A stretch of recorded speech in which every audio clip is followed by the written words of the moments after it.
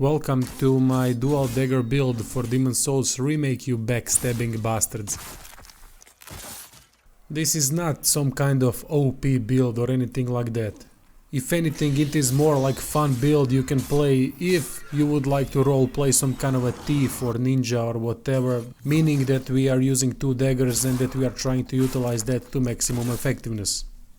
This is very simple build, there's nothing truly special behind it. However, it is very important to choose weapons with proper animations.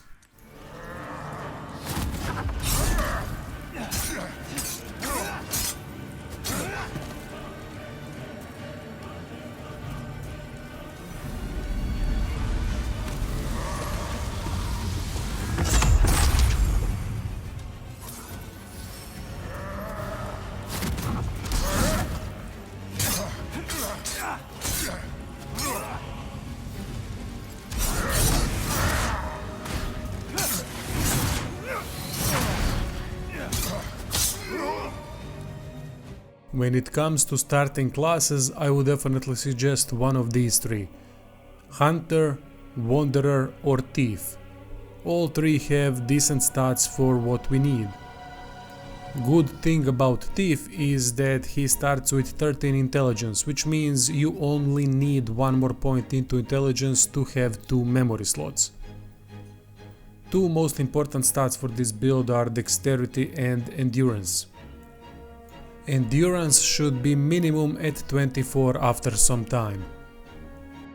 That much endurance lets us do full combo with two daggers that I will tell about later, and it also leaves enough stamina for us to dodge away after the combo has been completed. Next very important stat is Vitality, obviously, as this is important for almost every character. After that there are only 2 more marks you need to hit: 14 intelligence and 10 magic.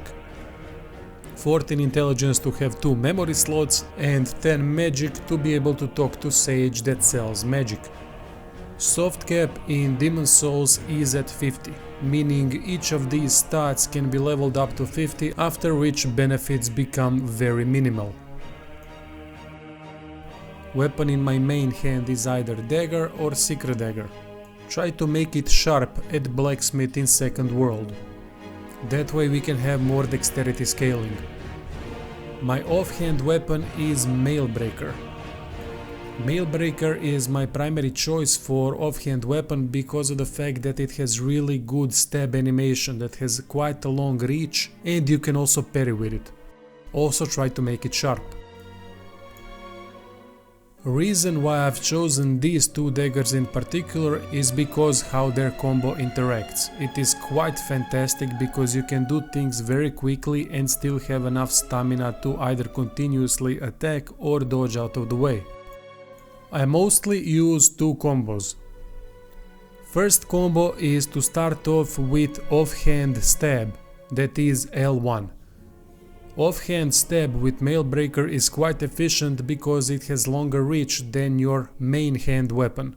After that we follow up with 2 quick strikes from your main hand weapon.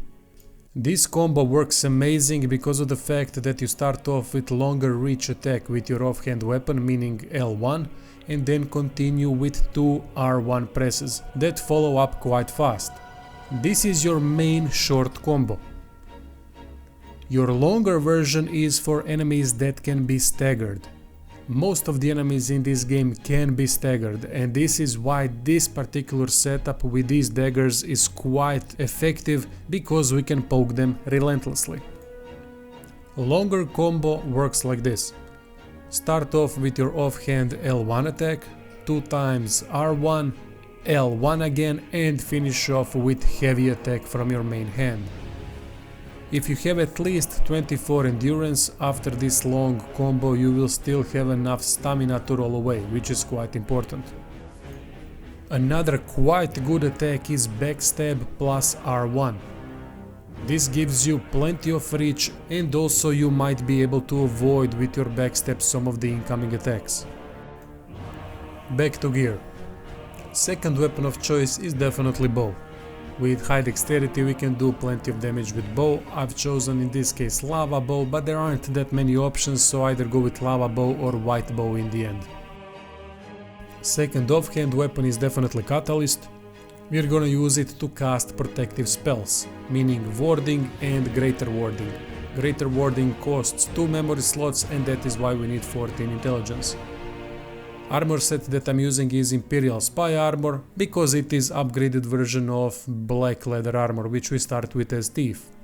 It gives us plenty of mobility, it has very low equip burden, and that is exactly what we need. It looks cool as hell as well. However, if you prefer something heavier, feel free to do it, just try to get your equip burden below 50% so that we have maximum mobility. One of the rings that I'm using is definitely Cling Ring, self-explanatory, fantastic bloody ring. Another one is Fragrant Ring. We don't have many mana points, so in order to be able to cast greater warding or warding continuously, we need some mana point restoration over time. Another good choice here would be Regenerator's Ring. That's all there is to it. Now it's a simple matter of mastering playing this build. This is the difficult part because some enemies cannot be staggered, and they are the true problem, especially if they cannot be backstabbed as well. Trying to get into backstab position is always a good idea with daggers, because daggers do increased backstab damage. If that is not an option, then we go into our combos mentioned earlier that stagger enemies and deal quite a bit of damage. We don't have one-shot kill power, but we don't need it. This is far more fun jumping around, stabbing enemies in the back and in the face as a proper bloody thief. Two things you should never forget while playing this build. One is to cast greater warding or normal warding versus tougher encounters. Another one is to use your bow. Yes, daggers are fantastic and very fun to use, but occasionally you're gonna have to use the bow to get advantage over the enemy. Anyway, this would be all for this build. Thank you for watching, I hope you enjoyed the video, and stay tuned for more content.